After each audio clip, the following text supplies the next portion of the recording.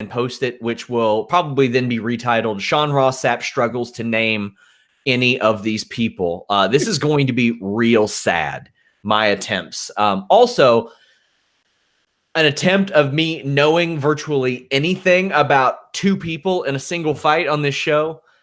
That'll be a struggle outside of a couple fights. When you look at this show, James, and you look at some of the names on here, it's very clear they're catering this towards the market that they're going to be in.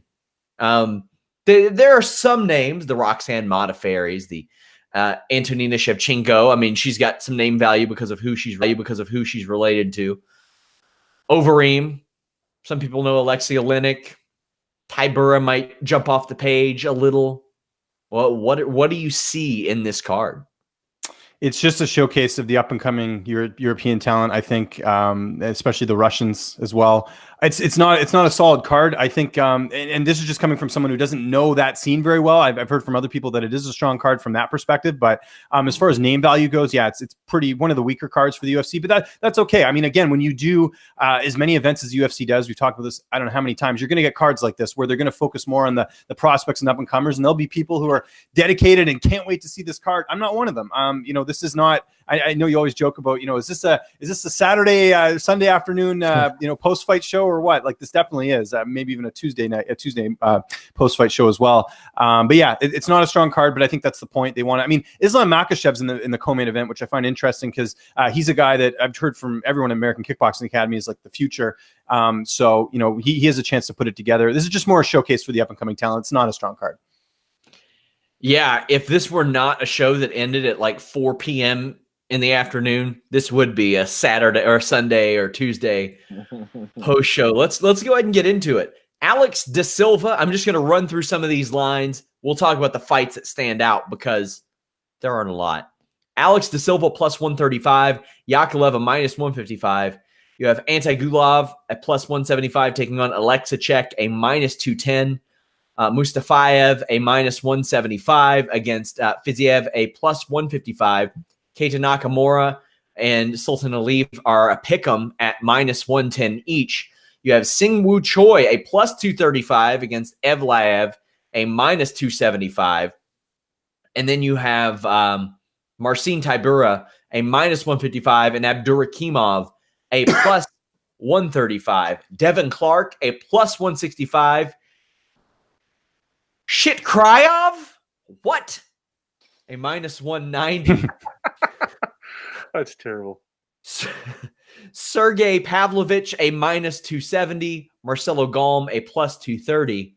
You have Tesserkayan, a plus 320 against Makhachev, a minus 390. There are a lot of pretty sizable lines on this show, Joe, but are there any of these fighters that you're looking at and saying, can't wait to see them in there? Because I'm sure that despite my complete uneducation about this M1 Global card with a UFC sticker slapped on it, that there are some good fighters on this show. There are some good fights on this card, actually. I mean, if you take a look at some of the people that are competing, I mean, Fiziev at plus 155, that's value right there, even though it's Mustafayev that he's competing against. I think that's a good fight. Islam Makhachev at minus 390. Whew, that's pretty big if you guys ask me. But some of these fights, I mean, you take a look at Modafferi versus Shevchenko. I believe that line is perfectly fine. James, I'm not sure if you agree. And Sean, pardon my analogy here, because James will definitely understand this. Sean, maybe you will as well. But James, this reminds me of taking a few NHL players, bringing them to the KHL, and just showcasing some NHL talent versus all the KHL talent. Yeah. Great analogy. That's pretty much how I look at this card too. Yeah. So how many people are going to want to watch this, really, right? So I get it, and we'll see what happens. But the whole point is eventually to build some names off of this. But people need to view these fights to get those names to begin building. So, I hope somebody goes viral on this show, basically. Exactly. Somebody you can throw up in a tweet, and ESPN's going to pick up whatever the hell they want, but they hope that it is a Mikel Pereira situation where he's doing lion salts off the cage and such. That way you can build it for the next go around, I guess. I see this almost as a loss leader type of card, James. There aren't a lot of people on this show I'm particularly looking forward to. Even Marcin Tybura, he beat Stefan Struve, but I can't remember the last time I watched Marcin Tybura and thought, damn, that was good. Like maybe 2017. It's been a while. Yeah. Yeah. Go ahead. No, I was just going to say quickly. Yeah, I just wanted to add that I agree with Joe here. I think the goal here is to find like a highlight reel clip, and then they can use it later on. But a lot of these matchups, like if you look at, if you look at this a little bit closer, like the Antonina and Roxanne fight's a prime example. Like, I would pick Antonina in that fight. I think she clearly has an edge in the stand up. And Roxanne, I think there's a ceiling with her. As great as her story's been with this comeback and her being on the Ultimate Fighter and making it to the finals and everything, I think there is a ceiling, and I think Antonina is going to exploit that. And I think they want to build her up a little bit more. And I think, with Devin Clark and Shrikov undefeated, Clark, been a little up and down in the UFC. Again, they want to build him up. Pavlovich is an Ali guy as well, who had that really disappointing debut against Overeem. I think they want to get him a win here too. Marcelo Gomes has been disappointing. Like a lot of this is just designed to, again, prop these guys up. And then when they bring them over to North America, they got the highlight package. So I just wanted to mention that. Sean, before you go, I want to ask you both the real question, because it was James and we were talking about before with Modafferi, and Shevchenko. What is going to be both of your reactions if Modafferi gets her down to the ground and controls her early in a round? Think about that for a second. That could be a crazy fight right there. That could be. And Shevchenko is a massive favorite at plus or minus 350. Modafferi a plus 290. And I've always said this, women's fights are sort of like heavyweight fights to me. There's an element of unpredictability in that, because that aspect of the sport is so young. And it's like I've said before, Modafferi, although I don't know how valuable some of that massive experience advantage that she has is, she does have a massive MMA experience advantage. That could play a role. I think it's maybe worth putting 5 on. I don't know, but I think Shevchenko is probably going to smoke her in this one. We also have Krzysztof Jotko in action. That's a name that we know to be at least a quality name to some degree. He's a minus 190 favorite over Edmundovsky at a plus 165. We mentioned Makhachev earlier. He's a good fighter, minus 390. So there are a few fighters on this show that I'm like, okay, interesting. But I'm with you guys. This is a Strikeforce Challengers card, so to speak. Yeah, that's how I view that. And there's nothing wrong with a Strikeforce Challengers card, especially when it starts at 10 a.m. Eastern. I'm stoked for that. Let's go ahead and talk about the main event. Alexei Oleinik, a plus 205. Alistair Overeem, a minus 245. This is a good fight. This is just a good fight, man. Alistair Overeem can't put together 3 wins in a row over the past couple of years. He did beat Pavlovich. He's fighting all over the place these days. He went to China. He's fighting in Russia now. I don't see him falling victim to some of Oleinik's tricks, so to speak. It is not easy. Like, a lot of people look at Alistair Overeem and they think of the complete monster trucks he has on the end of his gloves. But the guy just, quite frankly, does not get submitted these days. He doesn't. Much less by some of the stuff that Oleinik pulls out, the Ezekiel choke that he specializes in. That being said, the people that he submits with Ezekiel chokes don't typically tap out to Ezekiel chokes. It's like not something that happens. He's able to pull off like scarf holds and stuff that are traditionally positional in MMA. And you're not supposed to do.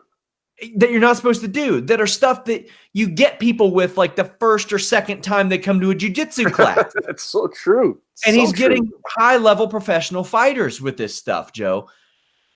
So it's Alistair Overeem, guy who just does not get tapped out, against Alexei Oleinik, guy who taps people out with stuff that shouldn't tap people out. And that's why it's a beautiful matchup. It's a great matchup. But I will say 4 words and 4 words only, considering who I think is going to win this fight. I'll let you guys figure out who that's going to be. 4 words. There will be knees. Knees to the body. Overeem is just going to crush that body if Oleinik dares to clinch with him. And I think Overeem's knees are going to shock and awe Oleinik, and I think he's able to pull off this victory. James, how do you feel about this one? This is how I feel. I think Overeem wins. I like the fact that he's been at Elevation training with Curtis Blades and kind of been off the radar a little bit. You know, you haven't heard much from him. He's not really active on social media as much as he used to be. He's kind of literally doing like a Rocky camp these days, just kind of minding his own business and doing that. I think that's a very dangerous thing, even at 38 years of age.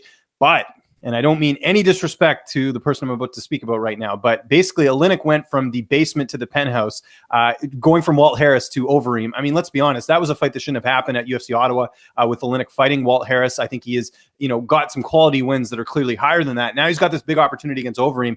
I know he's 41. I know he shouldn't, submit the guys that he's submitting, but he does. That's a very dangerous thing here.